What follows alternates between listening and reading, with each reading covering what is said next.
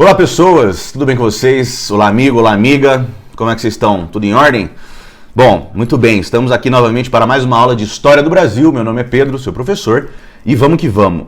Os temas de hoje, eles são as invasões holandesas no Brasil no século XVII e o ciclo do açúcar no início do período colonial. Eu vou dividir esses temas em 2 ou 3 vídeos para ficar um pouco mais leve, para não ficar tão desgastante, 50 minutos de vídeo direto assim. Então eu vou dividir para tentar deixar menor e mais palatável a matéria. Então se você gostar dessa forma que eu estou fazendo, você escreve lá, professor, gostei, né? Ou professor, eu prefiro ter 200 mil minutos de aula seguidas, assim, eu acho que ninguém vai preferir isso, né? Mas é isso aí. Sempre lembrando que eu deixo o roteirinho da aula no link, eu deixo em PDF aqui. Se você quiser ir acompanhando, você, por favor, baixe esse PDF e pode ir acompanhando enquanto eu falo. Então, sem mais delongas, vamos ao assunto que nos interessa neste momento. Muito bem.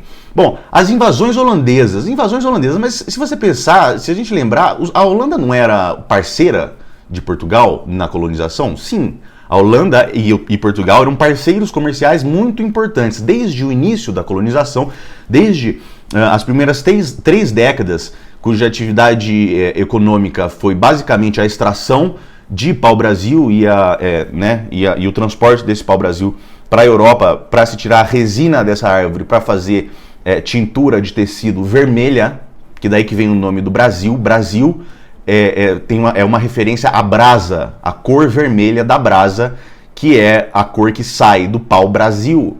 Então é essa a origem etimológica do nome desse nosso paizinho. Aí fica de curiosidade. E a Holanda, ela sempre foi um parceira no quesito de transporte em relação aos produtos que eram tirados daqui, que eram extraídos daqui, o pau-brasil e depois o açúcar. E em referência sobre o açúcar, além de fazer o transporte, além de ser responsável por uma grande parte do transporte, a Holanda era também responsável pelo refino do açúcar, porque no Brasil, durante o período colonial, não havia refinarias de açúcar no Brasil. O açúcar que era produzido, de fato, no Brasil, ele era um açúcar pouco processado, era um açúcar mais marrom, era um açúcar mais mascavo, que era considerado de menos qualidade porque menos processado, então menos doce e tal. Então a Holanda e Portugal sempre foram parceiros comerciais nessa aventura deles aí de exploração e de morticínio terrível no nosso país, no novo mundo que eles estavam descobrindo agora e estavam tentando sugar e parasitar tudo que fosse possível. Então por que diabos que a Holanda invadiu o Brasil se eles eram parceiros comerciais com Portugal? Porque as invasões holandesas elas não se deram exatamente no contexto da colonização portuguesa no Brasil. Quem mandava em Portugal naquela época não eram os portugueses, olha só, eram os espanhóis. Durante um período de 1580 a 1640 houve o que se chama de União Ibérica, que na verdade podia ser chamado de imposição espanhola, porque houve uma vacância no trono português à época, e aí os espanhóis eles foram lá e surrupiaram o trono português e tomaram e colocaram um representante deles no trono português. Então durante esse período aí de 60 anos, né? Eu sou de humanas, gente, mas 60 anos, 1580 a 1640. Quem mandava em Portugal era os espanhóis. E os espanhóis, por sua vez, não eram amigos dos holandeses. Muito pelo contrário, eles eram inimigos declarados. Porque a Espanha, ela dominava o território da Holanda. Então a Espanha, eles subjugavam os holandeses à época. E os holandeses, eles se ficaram independentes, gritaram a sua independência frente ao poder espanhol. E os espanhóis não gostaram nada disso. Não reconheceram a independência da Holanda. E desde então, eles eram inimigos declarados. Um não gostava do outro, o outro não gostava do um. Então, quando os espanhóis tomaram conta do trono português, eles cortaram logo de início a participação holandesa no processo econômico que eles faziam parte no Brasil, né? Eles falaram, vocês não vão mais transportar os produtos do Brasil e vocês não vão mais refinar o açúcar que vem para cá, vocês estão fora, né? Então, é nesse contexto que acontecem as invasões holandesas ao Brasil, que embora a Holanda era aliada de Portugal, antes das invasões, a Holanda era inimiga da Espanha, e a Espanha era quem mandava em Portugal nessa época. Então, na verdade, a Holanda invadiu o território espanhol na época, certo? Mas, né, é o nosso Brasilzinho aqui. Bom, o que foram essas invasões? Por que eles invadiram? Essas invasões foram basicamente uma guerra pelo açúcar. Porque o açúcar era um produto extremamente valioso que se tornou, passou de ser especiaria, né? Porque especiaria eram aqueles temperos que eram muito raros e muito caros, produtos de luxo que eram importados de fora para a galera colocar na comida. E quem usava isso eram os ricos, né? Quem tinha dinheiro para fazer essas coisas, para comprar essas coisas. E o açúcar, ele foi tomando espaço dentro do mercado europeu cada vez mais e se tornou um produto valiosíssimo. Quem controlava o açúcar controlava uma boa parte e um grande poder econômico. Então, as invasões holandesas, elas foram basicamente uma guerra pelo açúcar, né? Nessa época aí, no início do século XVII, 1600 e tanto, a Holanda cria a Companhia das Índias Ocidentais, que era basicamente uma empresa que foi construída com capital estatal, né, da Holanda mesmo, e com capital privado, de comerciantes e de outras pessoas que tinham interesse em criar essa empresa com o objetivo de ocupar as zonas de produção açucareira no Brasil, e de controlar também o suprimento de escravos ao Brasil a partir da costa oeste da África, né? Porque o ciclo econômico do açúcar e o ciclo econômico do tráfico negreiro, eles foram atividades econômicas indissociáveis. Era assim, não existia açúcar sem a mão de obra escrava, que era a mão de obra utilizada, e não existia o comércio e o tráfico de escravos, o tráfico de viventes, sem o açúcar no Brasil, que era o objetivo final que eles iam, a qual eles eram utilizados, né? E ambas atividades econômicas se tornaram atividades econômicas muito lucrativas mesmo, assim. O açúcar foi o principal produto, a principal fonte, a principal atividade econômica brasileira até o século XIX. Mesmo na época do ouro e do diamante no Brasil, o açúcar continuou sendo um produto que mais rendia não é para o Brasil, né? Porque os benditos, abençoados portugueses levavam tudo que virava, mas o açúcar sempre foi a principal atividade econômica no Brasil até o século XIX. E o tráfico negreiro também se tornou uma das atividades mais lucrativas do Brasil colônia e depois no Brasil império, né? Então, os traficantes de escravo eram pessoas extremamente ricas, né? Então, só esse adendo aqui, que essas duas atividades econômicas, elas são indissociáveis.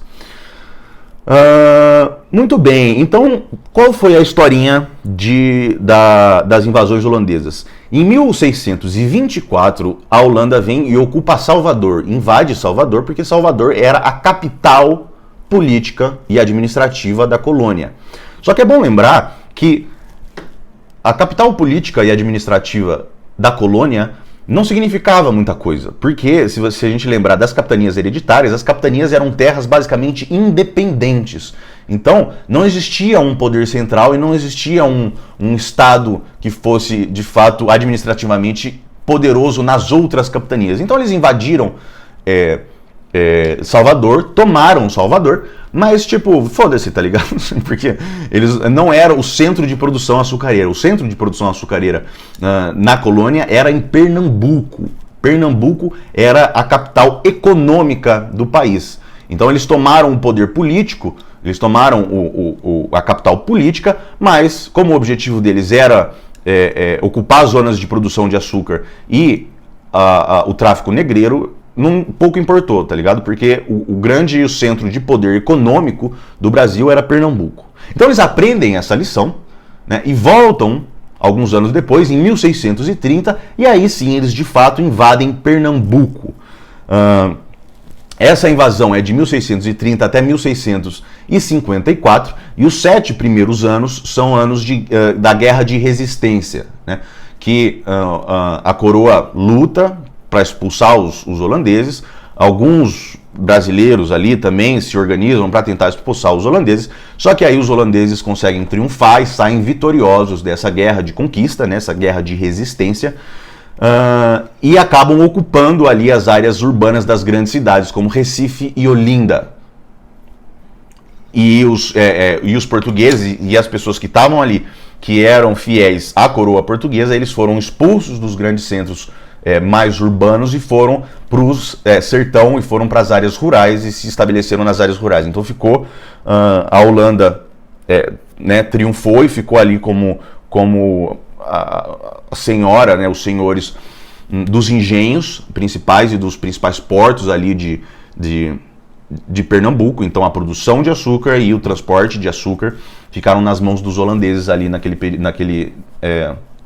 naquela região do Nordeste, que foi mais ou menos do Maranhão até Sergipe, mais ou menos. Eu acho que se pegou a Bahia, pegou um pouquinho só da Bahia, mas foi tipo um grande naco do Nordeste ali, que foi dominado pela Holanda.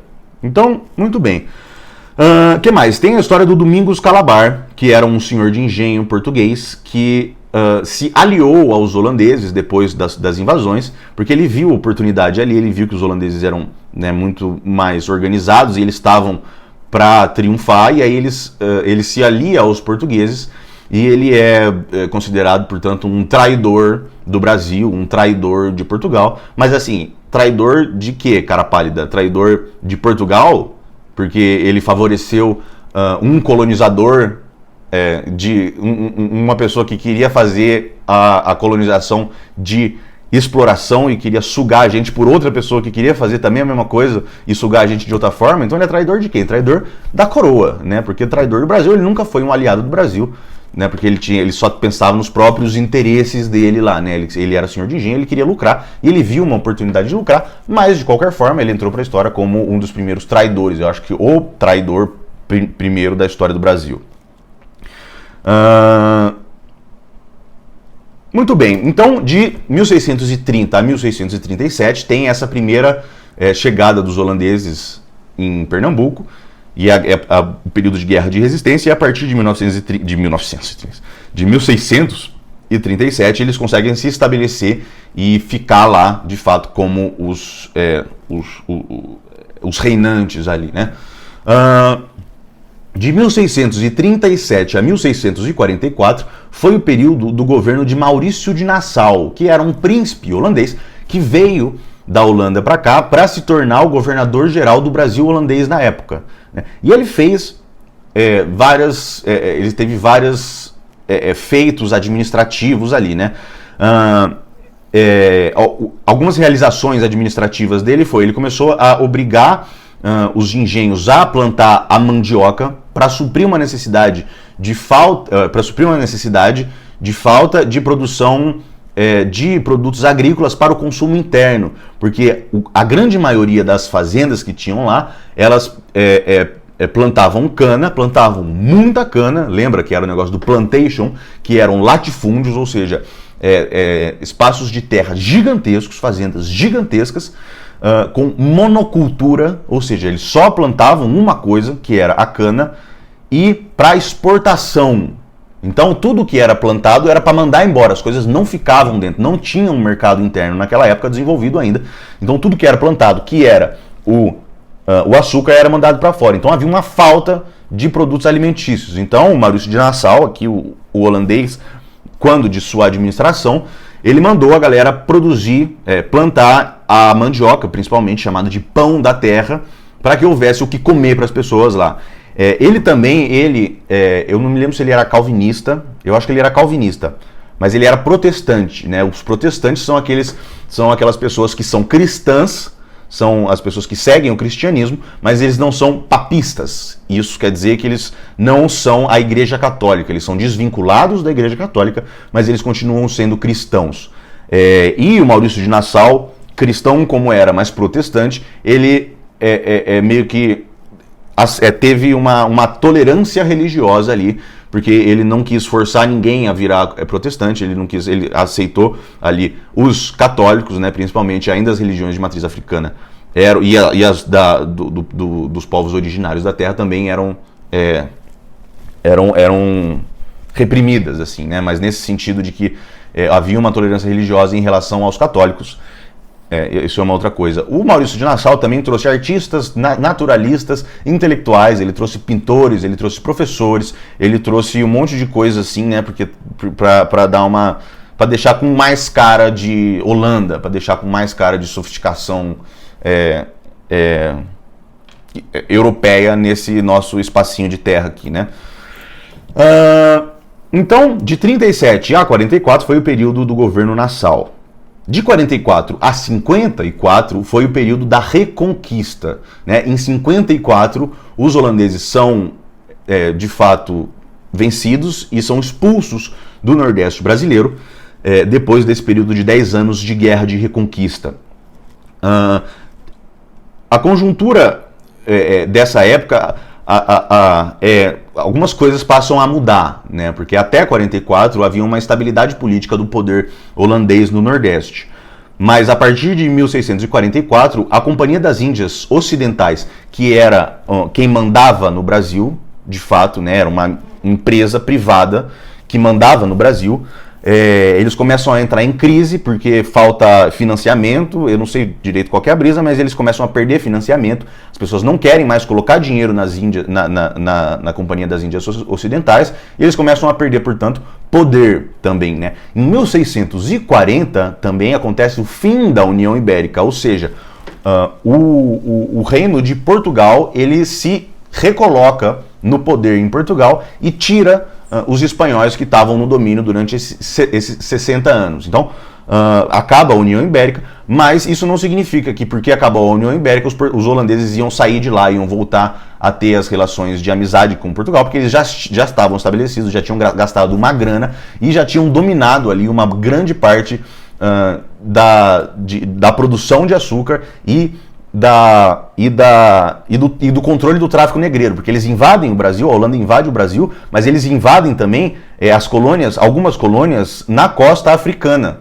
E aí eles entram lá, invadem lá e tomam dos portugueses algumas colônias ali, algumas feitorias na costa africana e passam a controlar também o tráfico de escravos. Então eles já estavam muito bem estabelecidos, eles não iam sair de lá. Então, depois que acaba a União Ibérica, a Holanda de fato se torna um inimigo de Portugal porque eles querem esses interesses para eles mesmos, né? E aí tem esse período de 10 anos de guerra, né? E no período de 1648 e 1649 ocorre a Batalha dos Guararapes, né? Que foram as batalhas decisivas para a expulsão dos holandeses de fato daqui de Portugal. E eles ficaram conhecidos a forma como os brasileiros e os portugueses lutavam, eram chamados de guerras brasílicas, que eram guerras de guerrilha, né? Como os brasileiros e os portugueses eles estavam ocupando o sertão e a área mais rural, mais para fora mais para dentro do continente, porque eles foram expulsos de Olinda, foram expulsos de Recife, eles faziam aquelas guerras de guerrilha que eles iam, né, escondidos, e como eles conheciam muito mais a terra do que os holandeses, eles iam, atacavam as guarnições holandesas e depois se retiravam. Aí depois iam para outro lugar e atacavam e retiravam. E fazia essas guerras surpresa de guerrilha, vai lá e sai, guerrilha vai lá e sai, guerrilha vai lá e sai, que ficaram conhecidas como guerras brasílicas, né? E dessa forma, em 1654, acontece a capitulação dos holandeses. Isso significa que eles são expulsos, eles são vencidos e eles são mandados embora do Nordeste brasileiro, certo? Então essas foram as invasões holandesas. Tem uma pergunta, né, que o Boris Fausto ele traz no livro dele, que ele fala assim, porra, mas se o Maurício de Nassau estava trazendo intelectual, estava trazendo infraestrutura, estava fazendo, ele construiu obras públicas, fez obras públicas de melhoria de saneamento, de melhoria de iluminação, ele tentou fazer uma cidade ali perto de Recife para ser chamada de Nova Holanda, né, que é uma cidade baseada em Amsterdã e tal, as pessoas falam, porra, se a gente tivesse ficado nas mãos dos holandeses, nós como os brasileiros, será que a gente ia estar melhor? Será que a gente ia estar na mão de um povo mais culto, de um povo mais inteligente, de um povo mais que pudesse render mais frutos ao Brasil? E a resposta é não, meus amigos. Não interessa se a gente ficasse, não importa se a gente ficasse nas mãos dos holandeses ou nas mãos dos portugueses, como aconteceu, porque a colonização ela não dependia da nacionalidade do colonizador, ela dependia do tipo de colonização que era implantada. E no Brasil, o tipo de colonização era a colonização de exploração. Era a colonização na qual os colonizadores eles viam a colônia como uma fonte de renda econômica, como uma fonte, algum lugar onde eles iam e extraíam tudo o que podiam usando mão de obra escrava, usando plantations com latifúndios, monocultores, utilizando a mão de obra escrava para exportação, e a cultura da colonização era a mesma. Então, se a gente tivesse sido colonizado depois pelos holandeses, a gente só ia estar falando holandês, a gente não ia estar muito melhor, porque a colônia continuaria como colônia de exploração, ao contrário da colônia de ocupação, que foi o tipo de colônia que foi implantado, por exemplo, nos Estados Unidos e no norte dos Estados Unidos e no Canadá e nesses outros lugares ali que foram colônias também, mas que se saíram muito bem, muito melhor do que a gente no sentido de desenvolvimento econômico e social, porque não foi uma colônia de exploração. Então os holandeses que iam continuar nesse mesmo esquema de colônia de exploração iam deixar a gente na merda do mesmo jeito, iam explorar até o cu cair da bunda e ia fazer, desculpa gente, mas ia ser a mesma coisa, tá ligado? Uma outra coisa também interessante de notar aqui é que não foi apenas a Holanda que invadiu o Brasil. A Holanda foi a principal guerra colonial do Brasil, né? Foi a principal ameaça aos portugueses no Brasil, mas também houve algumas invasões dos franceses, né? No Rio de Janeiro, em 1555 a 1558, ou seja, 3 aninhos ali, os franceses eles invadem o Rio de Janeiro e tomam o Rio de Janeiro, instituindo o que foi chamado da França Antártica, né? E eles fizeram isso se aliando a algumas tribos indígenas ali da região do Sudeste, que eram inimigas de Portugal. Então os colonizadores eles utilizavam muito de conflitos já existentes entre as tribos indígenas para se aliar a uns para lutar contra outros, saca? Então a França também tomou uma parte do Brasil por um tempo, mas foi por pouco tempo, né? A primeira vez foi, né, no Rio de Janeiro, e a segunda vez foi em São Luís do Maranhão, que durou de 1612 a 1615, e eles foi chamado de França Equinocial, que era mais perto da linha do Equador, porque era no Maranhão, e a França Antártica era no Rio de Janeiro, mais perto da Antártica, mais no sul, né? E eles foram expulsos pelos portugueses de novo, né? E foram tentando ter alguma colonização, né? Foram tentando ter algum espaço lá, e eles, afinal de contas, em 1626, depois de serem expulsos da segunda invasão deles em São Luís do Maranhão, eles tomaram a Guiana Francesa, que até hoje é território francês, e conseguiram ali o seu naco de colônia na América do Sul. Essa é a aula de guerras coloniais, de invasões holandesas. Espero que você tenha gostado. Se você tiver perguntas, se ficou alguma dúvida, você pode me mandar um salve, comenta lá para nós, e não deixa nada sem resolver. Se você tem alguma coisa, comenta que a gente tenta resolver, eu tento esclarecer o melhor possível, tá bom? Espero que vocês tenham gostado. Um beijo.